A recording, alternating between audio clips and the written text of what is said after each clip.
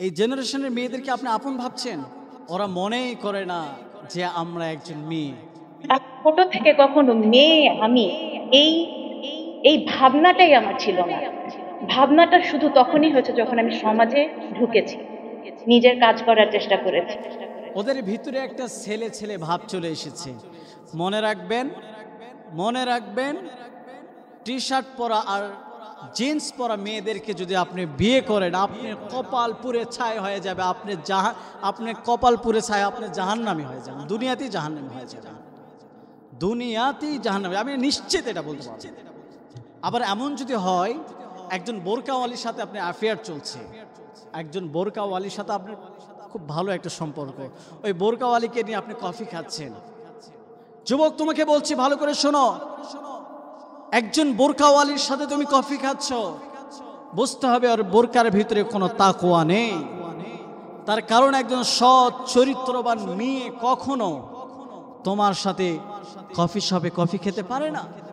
তোমার সাথে কোনো মেয়ে রাতের বেলা মেসেজ করছো, রিপ্লাই করতে পারে না।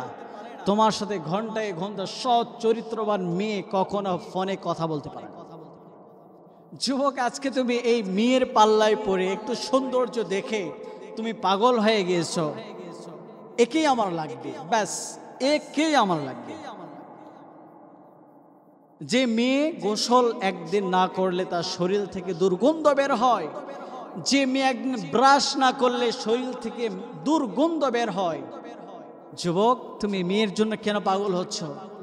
ও যুবক ভাই, তোমার জন্য তো এমন জান্নাতি হুর রাখা আছে, যাদের থুতু যদি এক ফোঁটা যদি দুনিয়ার নদীর পানিতে রাখা হয়, পুরা পৃথিবীর পানি মিষ্টি হয়ে যাবে। সুবহানাল্লাহ। যার চেহারা অতুলনীয়। আজকে আমার যুবকরা কেন এত পাগল হয়েছে? অধিকাংশ সময় আমাকে অনেকেই যুবকরা প্রশ্ন করে। আমার একজন ছোট ভাই আছে, ও একদিন দেখি মনটা খুব খারাপ, তা আমি ওকে জিজ্ঞেস করছি, ভাই কি হয়েছে? আমাকে বলছে, ভাইয়া আমার একজনের সাথে রিলেশন ছিল, খুব সম্পর্ক ছিল, সে আমাকে এতটা কষ্ট দিয়েছে, আমি বলতে পারছি। যুবক, একজনের প্রতি মায়াটা এমন একটা জিনিস, মায়া আপনাকে তিলে তিলে আপনার জীবনকে শেষ করে দেবে। মায়াটা যখন এক্সট্রিম লেভেলে চলে যাবে, ওই মায়াটা আপনি কিভাবে দূর করবেন? ছোট্ট একটা টিপস আপনাদেরকে শিখাই দিই। মায়া যখন এক্সট্রিম লেভেলে চলে যাবে, তখন ওই মায়া দূর করার জন্য বেশি বেশি আল্লাহ তাআলার কাছে দোয়া করবেন। আল্লাহর কাছে এই দোয়া করবেন যে, আল্লাহ, যে আমার জন্য না তার প্রতি আমার কোনো মায়া দিও না, যে আমার জন্য না তার প্রতি আমার কোনো অন্তর থেকে ভালোবাসা দিও না। আল্লাহ, আমি গুনাহ করতে চাই না, যে আমার জন্য তাকে আমার প্রতি মায়া দান করো। কোনো মেয়েকে তোমার ভালো লেগেছে, ব্যাস বাবার কাছে চলে যাও, গিয়ে তাকে বিয়ের প্রস্তাব দাও। না দিলে জোর করা যাবে না। ব্যাস ফিরে আসো, আল্লাহর কাছে ইস্তিগফার করো, ইস্তেখারা করো।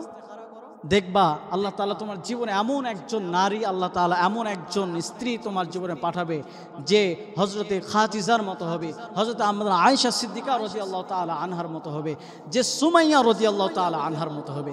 যা তুমি চাইছো তার চেয়ে উত্তম কিছু আল্লাহ দান করবে। সুবহানাল্লাহ।